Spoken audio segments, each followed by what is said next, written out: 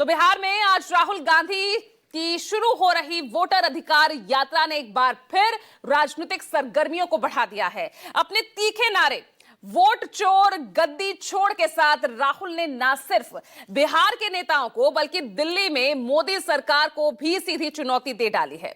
राहुल गांधी की ये यात्रा, ये शेड्यूल आपको हम दिखा रहे हैं, क्या आज का कार्यक्रम रहेगा। राहुल गांधी की यात्रा सुबह 11 बजे सासाराम जिले से शुरू होगी और उसके बाद 16 दिन तक करीब 1300 किलोमीटर का ये सफर तय करेगी और इनमें 23 जिलों को कवर किया जाएगा, जिसमें 50 विधानसभा सीटें और 29 लोकसभा सीटें शामिल हैं।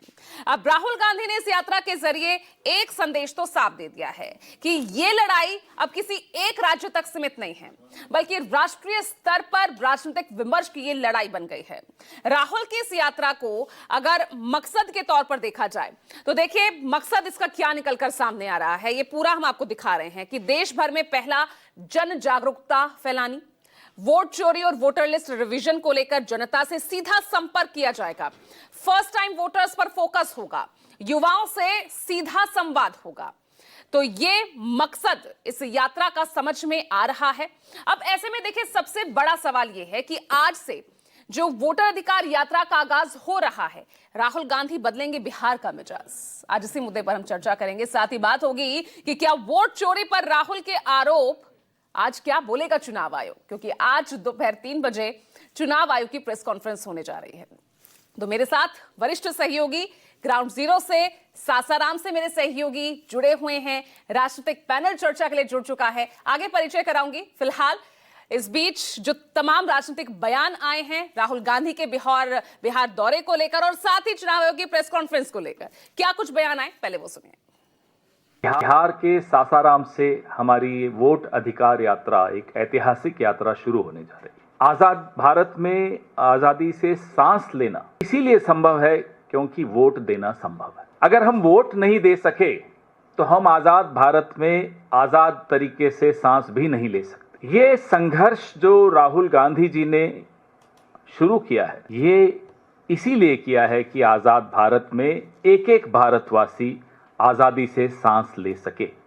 सासाराम से हम लोग जो है वोटर अधिकार यात्रा जो है उसकी शुरुआत कर रहे हैं। हम सब महागठबंधन के साथ ही रहेंगे, साथ में राहुल गांधी जी भी हम लोगों के साथ जो है यात्रा में कई दिनों तक हम लोग कई जिलों में हम लोग जाएंगे और इस यात्रा में लोगों को जो संवैधानिक अधिकार जो मिला हुआ है वोट देने का, हम लोगों की कोशिश है लोगों को जागरूक करें ताकि किसी भी मतदाताओं का जो है नाम ना छूटे। इलेक्शन कमीशन पर समय